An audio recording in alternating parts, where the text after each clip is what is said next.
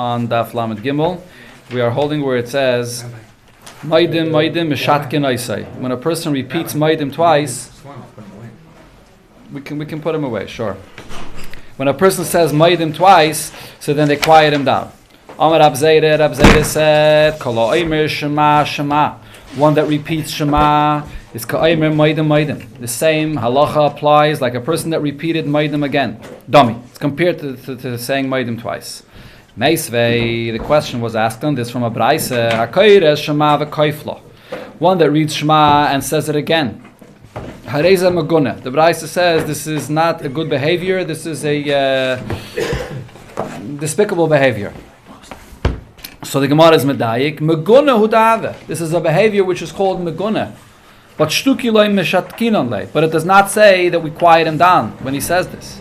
Loi kasha. So the Gemara answers this is not a question. Hoda omar milsa. If a person says v'tanila, if a person says one word at a time, says Shema, Yisrael, he's repeating each word, so then that's Maguna. That's not how you speak to the Eibishter. But v'hoda omar psuka. If the person says the entire pasuk, and then he repeats the entire pasuk again, so then mishatkin lei, so then we quiet him down, because as it said in the Gemara before, it seems like he's talking about chas v'shalom to the shuyais. So ha'adam psuka v'tani lei, and he repeats it again.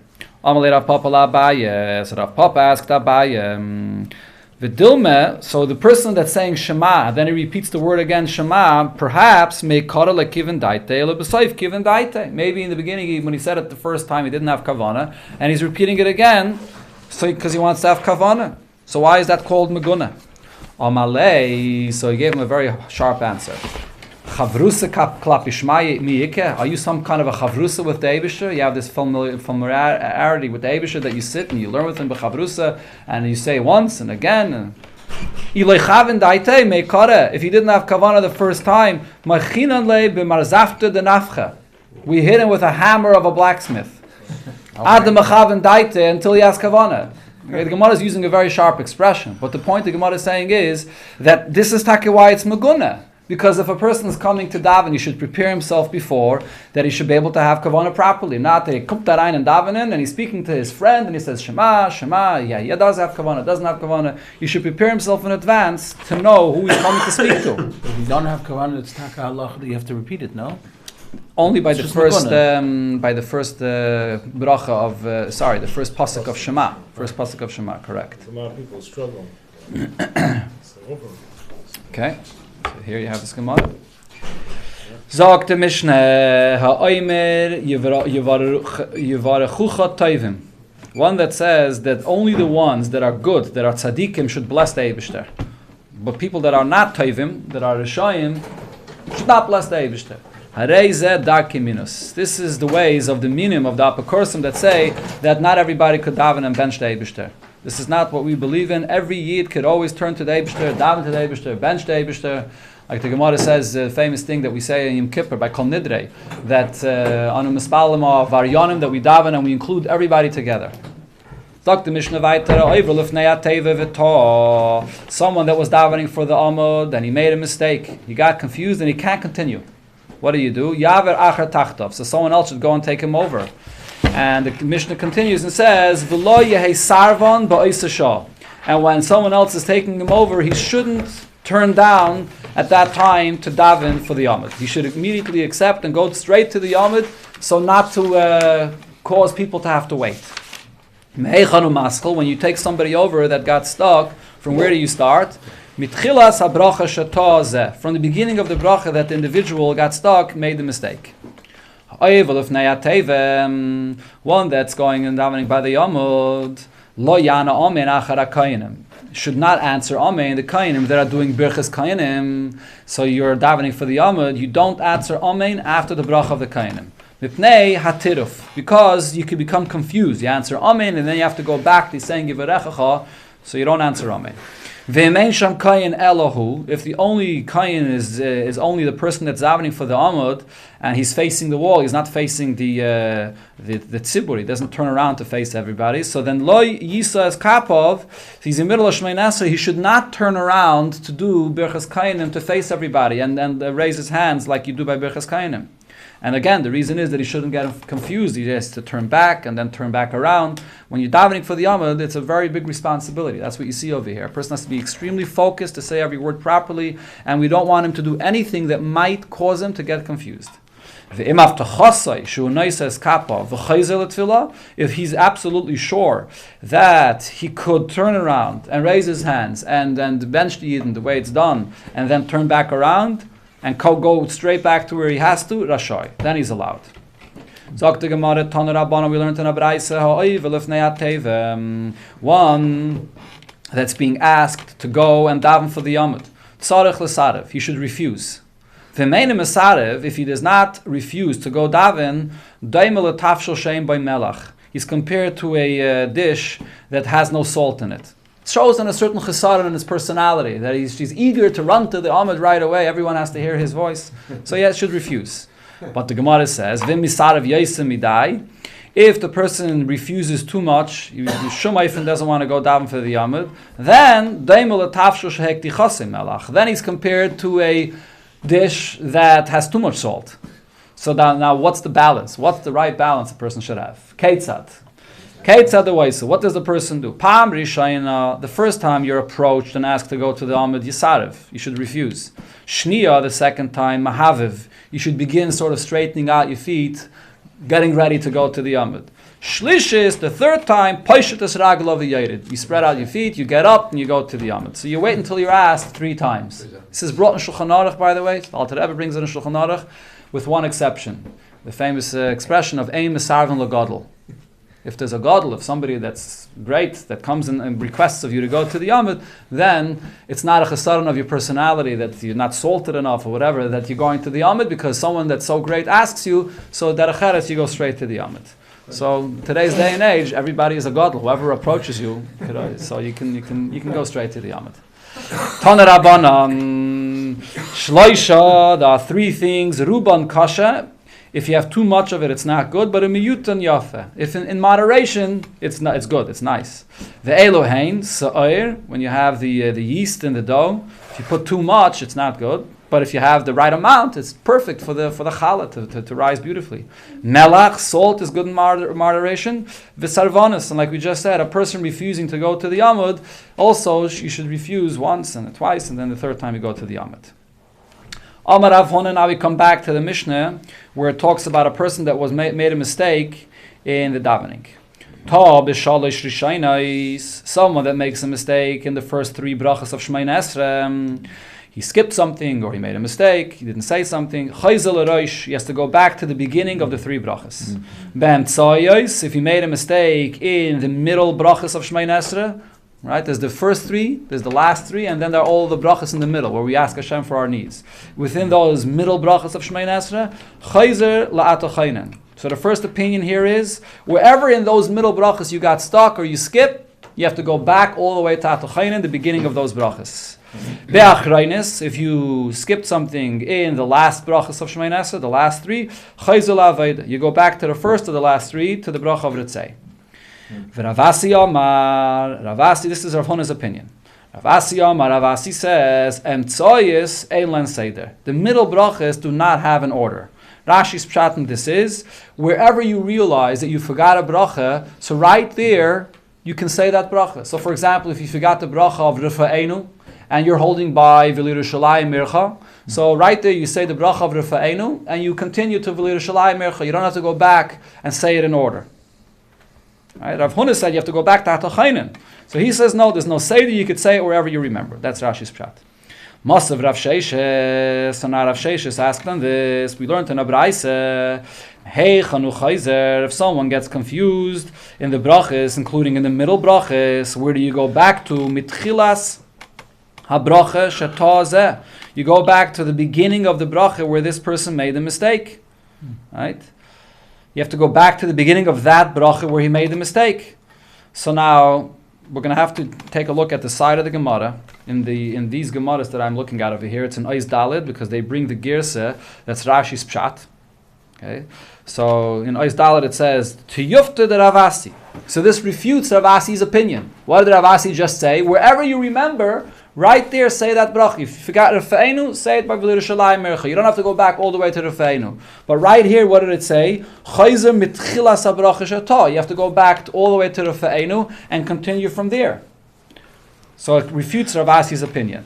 Then Rafeinu. Mitchilas habracha shatah. Shatah is, I'm giving that example of the bracha of Rafeinu, and you continue from there on. Not like Rav Asi's opinion. Now the Gemara continues, according to this Girsa, Leime to have it to Yufta de Rav Huna. Does this also refute the opinion of Rav Huna that says that you have to go back to Atochainen? It seems like it does. Because it says you go back only from the bracha that you made the mistake, not all the way back to Atochainen. So the Gemara answers, no, Rav Huna could answer this Braisa according to his opinion. Amalach Rav Huna emtsoyis kulu chada b'chasaninu. The reason why I say you go back to Atochainen, because I consider all the middle brachas to be one long bracha. That's why wherever you made a mistake, you have to go back to Atochainen, because really it's one hemshech. It's one inyan. These are all the bakashas tzarachav of a person. So therefore that was the kavanah of this braisa. But Rav Asi that says that you could say it out of order, it certainly disproves his opinion. Amar Rav Yehuda said, Lo olam al yishal adam tzarachav. A person should not be asking for his personal needs. He doesn't answer the question? No. Rav Huna's opinion is refuted. Rav Asi's opinion is refuted, and Rav Huna's opinion remains. Amar Rav Yehuda says, La'olam al yishal adam tzarachav. A person should not ask for his personal needs. Loi b'shalosh hashaynis, not during the first 3 brachas of Shemona Esrei. V'loi b'shalosh achraynis, not during the last 3 brachas of Shemona Esrei. Ela be'emtzayis. Only in the middle brachas of Shemona Esrei, there is where we ask Hashem for our personal needs. Since Rab Chanina said, Rishaynais, the first 3 brachas, Doime are compared le'eved she'mesada shvach l'fnei rabbi. An eved that's approaching him, his master, and before he speaks to him, he first praises him. And Tzayis, the middle bracha is Doime le'eved she'mevakesh pras mi rabbi, is the eved which is asking his master for his needs, for a payment or his needs from his master. So there's where you ask for your needs. Achraynos, the last 3 brachas, Doime le'eved shemekabel pras mi rabbi, it's compared to an eved shekibel. He received the payment from his master. V'nifta vaylech loy, and here he's departing from him, and he's saying the last words before he departs. So therefore, the same seder is also in Shemona Esrei. Tan Rabbanon. So let me just add to this. This is brought, of course, in Shulchan Aruch. The Alter Rebbe brings this this halacha, but the Alter Rebbe there asks, but don't we see that we do say certain bakashas even in the last bracha right away at the beginning? We are asking for bakashas from the Eibishter. So the Alter Rebbe answers that this Gemara is speaking about personal needs. When you ask your own personal needs, that is for the middle brachas. When you ask the Eibishter bakashas for Klal Yisrael, that's part of the Eibishter's shvach. We're showing the Eibishter that everything we have collectively comes from him. He's the source of everything we have. So therefore, asking for Klal Yisrael is part of the Eibishter's shvach. Tana Rabbanon, we learned in a Braisa, Maise betalmid echad sheyarad lefnei ateva b'fnei Rabbi Eliezer. There was one student that was davening for the Yamid in front of Rabbi Eliezer. V'haya mayrich yosem midai, and he davened Shemona Esrei very long. Amalei talmidov, so Rabbi Eliezer's talmidim said to him, Rabbeinu, our teacher, Kama arkon huzeh, this person is an arkon, he davens so long. Amalehem, so he answered them, that's okay, someone that davens long is good. Why? Klum mayrich yosem mi Moshe Rabbeinu. Is there anybody that daven longer than Moshe Rabbeinu? D'chsiv beis harboim hayoyim v'sarboim halaylo v'gomer. Moshe Rabbeinu was on Har Sinai for 40 days and 40 nights, and he was davening for the Eibishter for all of that time to forgive for the Chet HaEgel. Shuv ma'aseh b'talmidecha. Then there was another incident of another Talmud. Sheyarad l'fnei ateva b'fnei Rabbi Eliezer v'hoya mekatzi yosem midai, and he davened very quickly. Amalei talmidov. So again, the students came and said to him, Kama katzran huzeh. How short is this person davening? Right? So the fact that people are always, with the person davening about the Yamid, he's either too fast or too slow, and nobody could get the pace right, is something that is already bisman haGemara.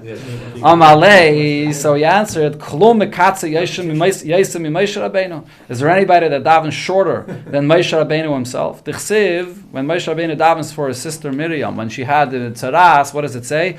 Keil na refa na la. Hashem, please heal her. How many words is that? 5 words, that's all. That was the whole extent of his prayer for his sister. Rav Yaakov says, since we mentioned this pasuk, Rav Yaakov teaches us something else. If you are davening for your friend, you don't have to mention his name. You're davening for his sake, you don't have to necessarily mention his name. Shenemar, Keil no refa no la, v'loi kamit kashmada Miriam. He doesn't mention her name. He says la, and he doesn't say Keil no refa es Miriam. He says the refa no la. Interesting Gemara, huh? Because usually we mention the person's name and the mother's name. Befrat by the Rebbe would always want to get the name and the mother's name. But Kanira, I didn't check this out, but Kanira, there's definitely an Indian to daven for the name and the mother's name. But the Gemara says the Eibishter will answer your tefillah, this chus of the fact that one Yid is davening for another Yid, is keeping another Yid in mind, so that you don't have to mention his name. See by Shluchim. Yeah? It's like John Hancock. And you ever saw that? Okay. Calling out names and last names and mothers. And Yeah. Tana Rabbanan, we learned in another Braise, Eilu Brachos she'adam shayche behen. These are the Brachos of Shemay Nesra that one should bow. Ba'avos, the first bracha of Shemay Nesra, which is called Avos, Tchila v'Seif, at the beginning of the bracha and the end of the bracha. B'Haida, at the bracha of Maidim, Tchila v'Seif, the beginning when we bow by Maidim, and at the end we bow. If one wants to bow at the beginning and end of each of the brachas of Shemay Nesra, that's the end of every bracha. He wants to bow at the beginning of every bracha. We teach him not to bow by every bracha. The takana was to bow only by the beginning and end of the first bracha and the bracha of Maidim. Amar Rab Shimon ben Pazi, Amar Rab Yeshua ben Levi, Mishum bar kapara, Hedyet k'moisha amarno. A hedyet, a regular person, all Yidden, is as we just have described here. However, this is the halacha, of course. Kohen Gadol, however, when it comes to a Kohen Gadol, he's different. B'soiv kol bracha bracha. He bows by every single bracha. Okay, so the Rashi says, a Kohen Gadol, the greater the person is, the more hachna, the more bittul he has to express. So therefore, since the Kohen Gadol is on a higher level, he has to express more bittul and bow by every bracha. V'hamelech, a king that's on an even higher level, tchilas kol bracha bracha, the king has to bow every single bracha in the beginning of every single bracha, v'soiv kol bracha bracha. And he also bows at the end of every single bracha. Rav Yitzchak ben Achmeni said a similar thing, but he heard it differently. L'didi mefarsha liminei de Rav Yeshua ben Levi, I heard in the name of Rav Yeshua ben Levi the following. Hedyet k'may shamarno. Hedyet, like we said, in the first bracha of Shemay Nesra and by Maidim, beginning and end. Kohen Gadol, tchilas kol bracha bracha. He bows at the beginning of every bracha, and according to the Graz Gerse, also by the end of every bracha. HaMelech, a king, however, Kivin Shakara, as soon as he bowed at the beginning of Shemay Nesra, Shuv Ein Zaykif, he doesn't lift up his head anymore. He davens in that position the entire Shemay Nesra. Shanema Vayihi Kechalois Shloime Le'espal V'goyme, Shloime HaMelech concluded davening, then come Milifnei Mizbeach Hashem Nikrei Al Birkov. Then he got up from kneeling on his knees. So we see that he was bowing the entire Shemay Nesra. They only started this when there was no Kohen Gadol and no king. Why are you saying that?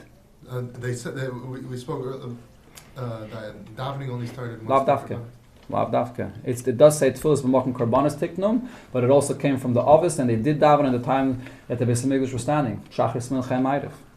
So the Rebbe brought this Indian in a Sikha many times. This is an Indian that was quoted many times by the Rebbe, that the Melech Kivin Shakara Shuven Zaykif. And the Rebbe explained two things. First of all, you see over here that a king is not just a person that's in a prominent position, chshivas and so on.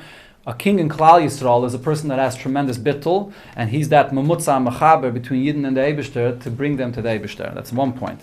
Second point that Rebbe said, the real idea of Kivin Shakara Shuven Zaykif is something which is instinctive. A king has such deep bittul, when he comes to approach the Eibishter and he bows, he instinctively remains in that position of bittul until he finishes Shemay Nesra. All the other levels that we're talking about, he bows, he lifts up his head, he bows, he lifts up his head, that's an action the person is doing to express something.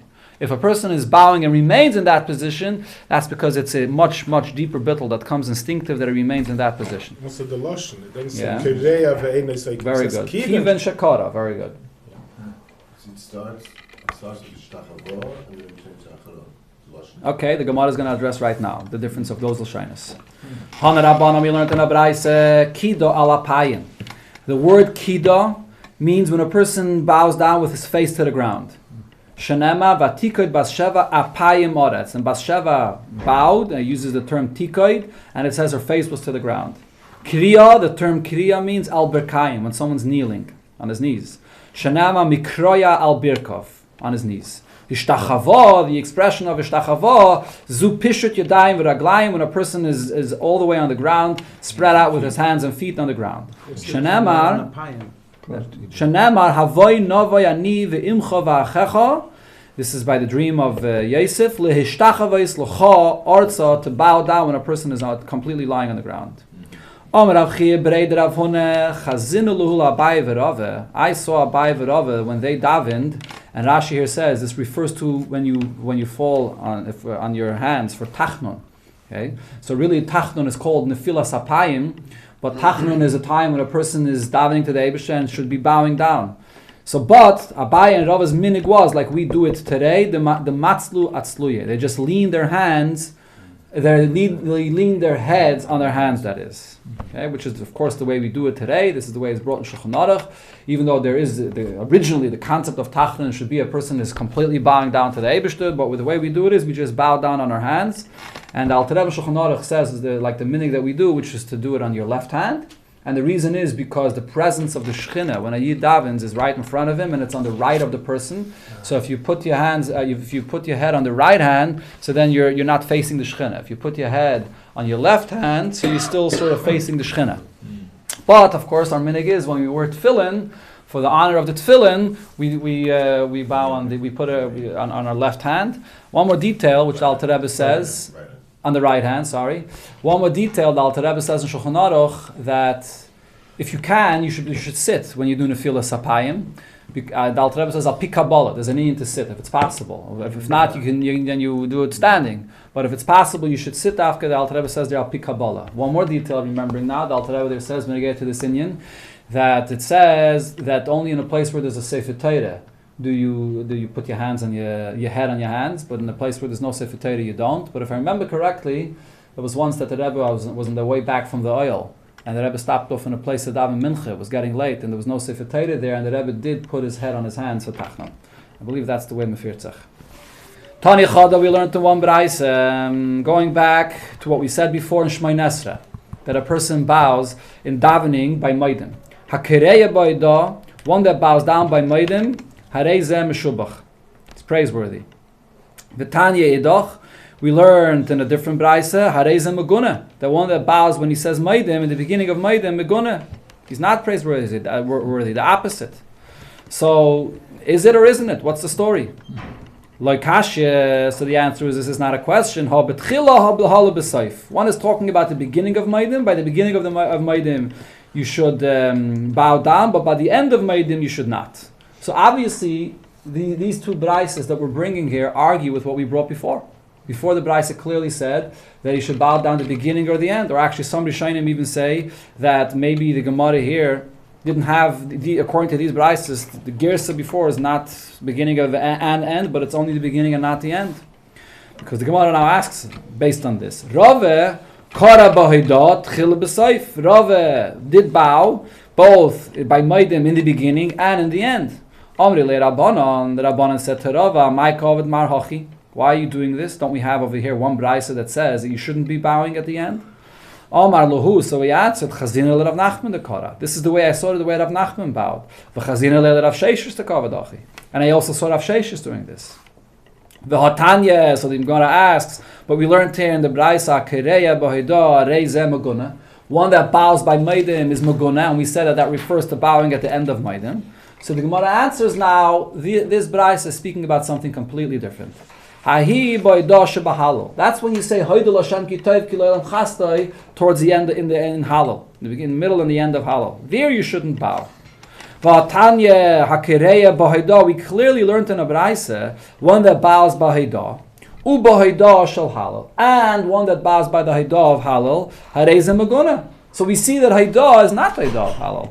And for the Gemara, Kitanya hi boidah the Birchas Hamazon. That refers to the Hidah of Birchas Hamazon. We also use the expression of Hidah and Birchas Hamazon. So when you say Hidah and Birchas Hamazon are halal, you're not supposed to bow. But the Hidah of Maidim, beginning and end, there you are supposed to bow. Sagt the Mishnah, And halal. Mahal you don't bow. Again, by dov, halal, or Birchas Hamazon you don't bow. Only the Maidim of Shemay Nesre, there you bow. Sagt the Mishnah, Hamispalol v'to, someone that davened Shemay Nesre and made a mistake, got confused or he skipped something, Simen Raloi. It's not a good sign for the person. Vim Shliach Tzibur, if he's davening for the Yamad and he skips something, Simen Rala Shelchov. That's a bad sign for the people that he's davening for, them that sent him to the Yamad. A person that's being sent to the Yamad is taking their place, and whatever he's doing is like them. So it's a bad sign for them. It was said about Rab Chanina ben Daisa, he would make it a custom to daven for sick people. And he said, after he davened for them, Zechai, he will live, v'zem meis, and he will not live. How do you know this? He answered them, if the words that I was davening were flowing in my mouth,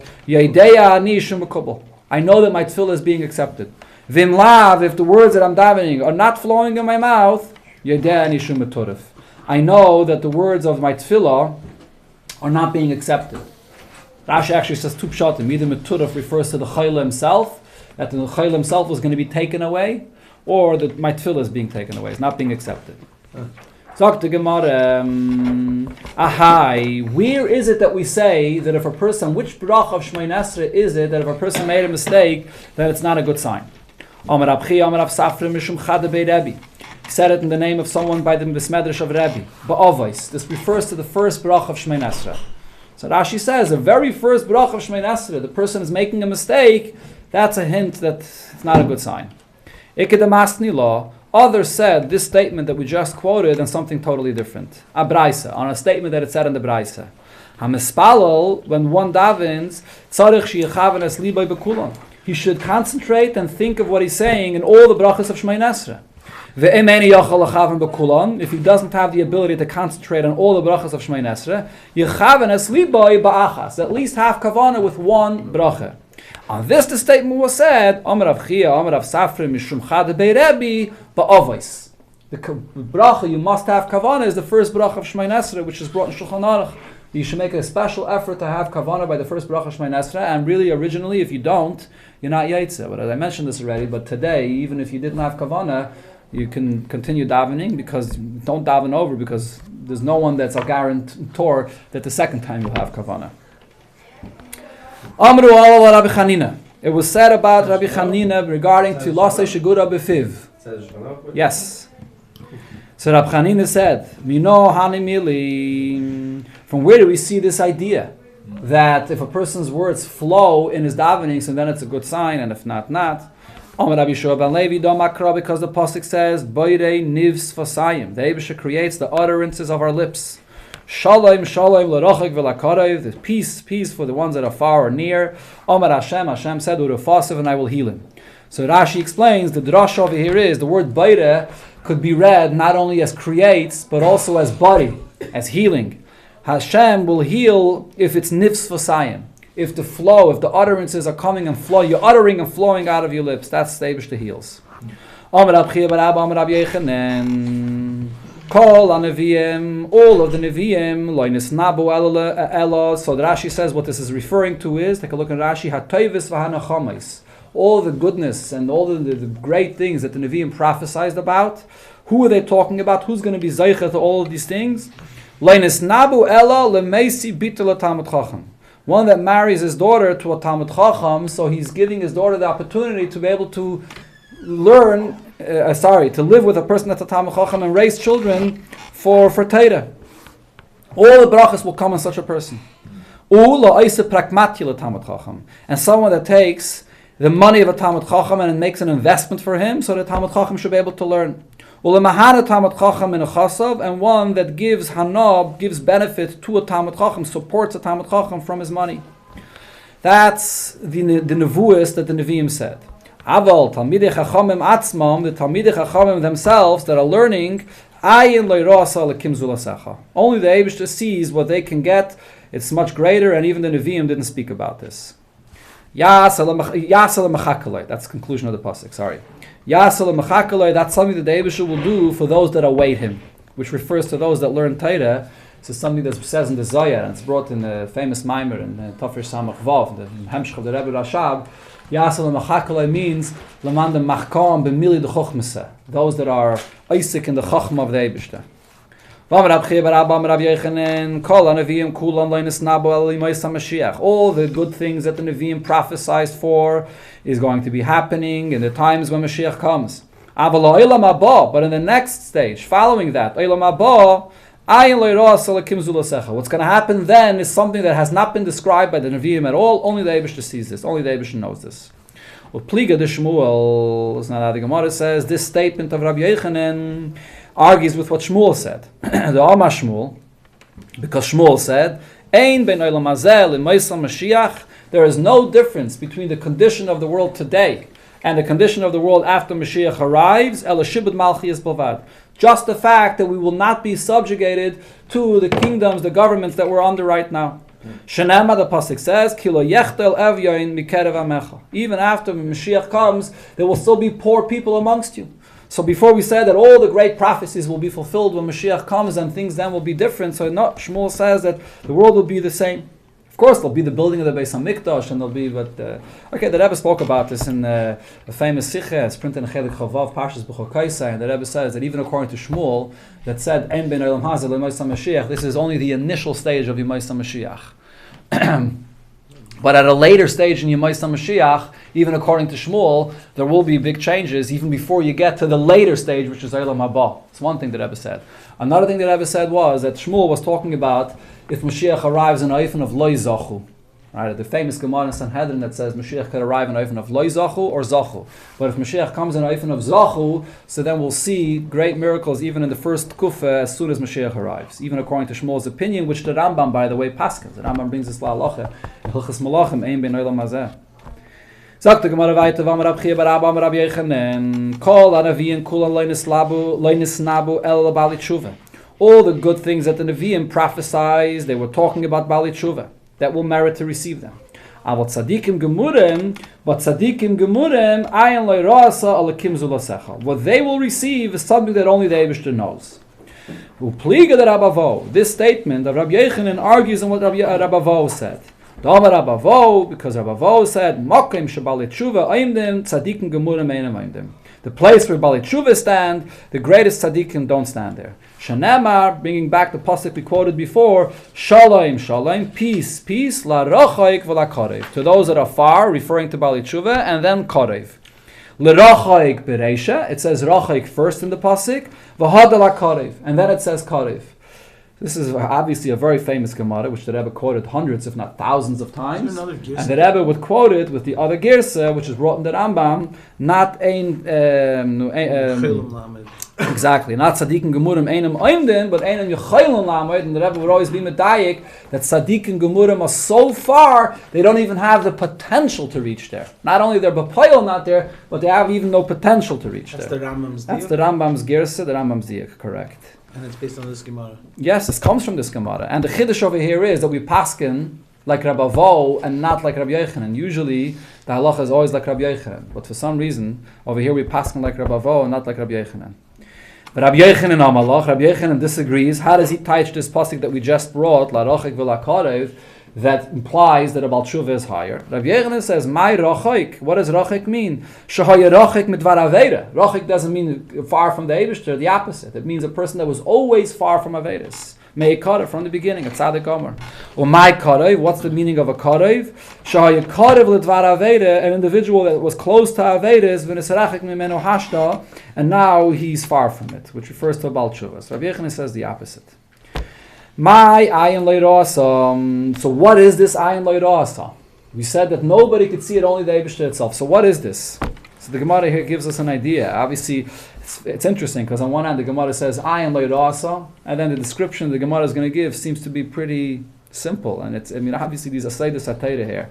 Rabbi Yeshua ben Levi says, Zayayin ha-meshumer ba-novav m'sheishis yemei bereishis. This refers to the wine that is being preserved from sheishis yemei bereishis. That wine is so unique that this is the ayin lo'irasa. You thought you drank wine. You tasted the wine. It's good wine. This is the wine.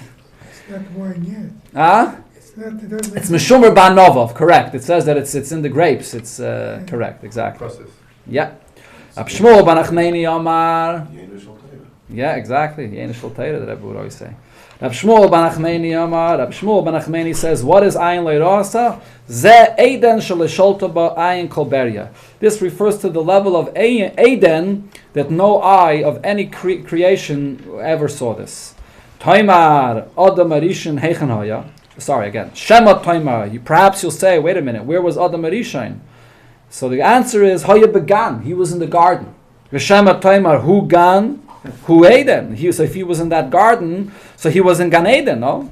Talmud Loimar, so the pasuk says they're not the same place. V'nohar yotze me Eden, a river comes out from Eden, lahashkes es Gan, and it comes and the water enters into the Gan. So from here we see Gan l'chod, the Eden l'chod. The level of Gan is one level, and the level of Eden is another level. There's a big arichas in Hemshech Samach Vav about this, explaining the different levels of Gan and Eden. Generally speaking, in Chassidus, this is divided in three levels. There's the level of a lakos, that's malubish and elamis, which we experience here. There's a level of a lakos which is higher than a slapshus and elamis, but it has a shaychus. And then there's the level of a lakos which is completely removed. Has no shaychus b'chlal, that's the ayin le'ros l'kim zulasecha, which will be in his gala and elam haba. Tana Rabbanon, now we go back to Rab Chanina ben Daisa. Right? It said in the Mishnah, Rab Chanina ben Daisa made it a custom to daven for sick people. Tana Rabbanon, Maise, Shachala ben Aisha Rabbi Gamliel. The incident happened when Rabbi Gamliel's son got sick.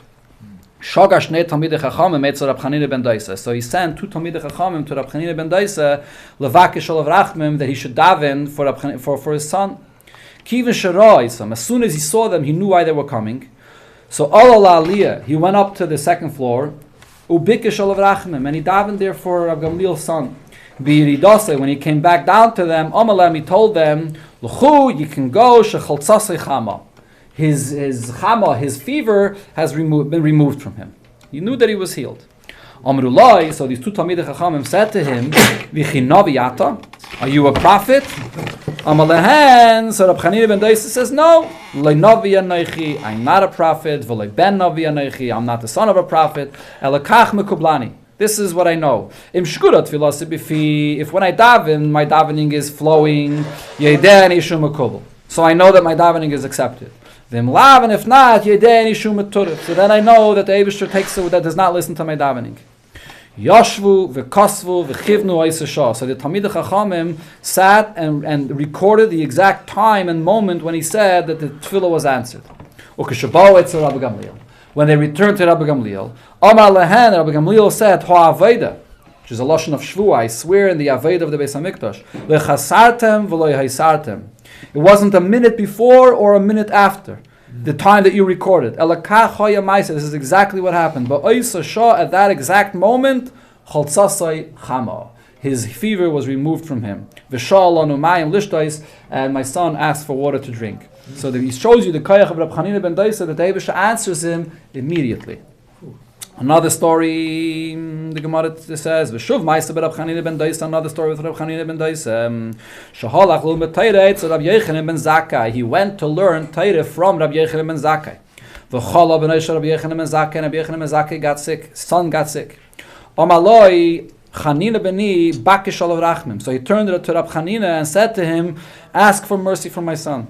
V'yichya and live. Hiniach roisha bein birkov. He placed his head between his knees. Ubikish olav rachmim, and he davened for his son v'chaya, and he lived and he was healed. Rabbi Yochanan ben Zakkai. Rabbi Yochanan ben Zakkai said, Il mali hitiach ben Zakkai es roisha bein birkov. Kol hayom kuloi. If I would place my head between my knees the entire day, lehoyu mashgichin olav. The Eibishter would not pay attention to this. So now Rabbi Yochanan ben Zakkai's wife said to him, does that mean that Rabbi Chanina is greater than you? So he said to her, Lav, no, Ella rather, he's compared to a simple servant that comes in front of a king, that enters into the king's chamber freely. He's doing work over there and he comes into the king's chamber freely. I'm compared to a minister that comes in front of a king that only comes at certain times with an appointment.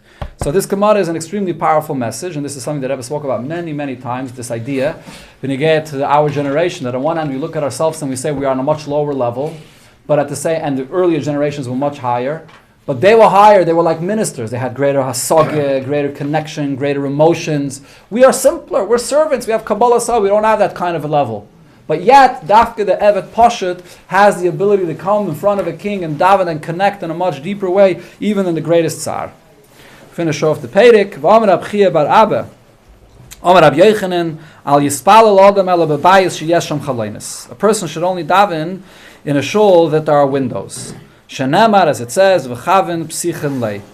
Be'ilise. And there were windows that were open. He was davening on the second floor, and the windows that were open, neged Yerushalayim, facing Yerushalayim. This is brought in Shulchan Aruch, but of course the halach is that this is if it's possible. But if you're in a shul that doesn't have windows, so of course you daven there as well. Rav Kahana said, "Chotzef alai man the matzli bebiksa." It's chutzpahdik, somebody that davens in an open valley, not enclosed in a room. He's davening in an open valley.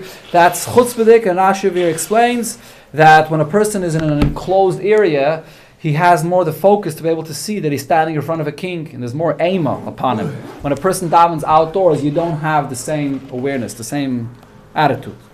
Rav Kahana also said, Chotzof alai man de mefarish chatoi. It's chutzpahdik, one that davens, and he announces, even though he's maybe confessing, but he announces for everybody to hear what his sins are. Shenema, the pasuk says, Ashrei nesui pesha kisui chato. Fortunate are we that the Eibusher forgives our sins, but he conceals our sins. He doesn't allow it to be public. That's a person that sins should keep it private and do tshuva. Hadron Allah ein einde.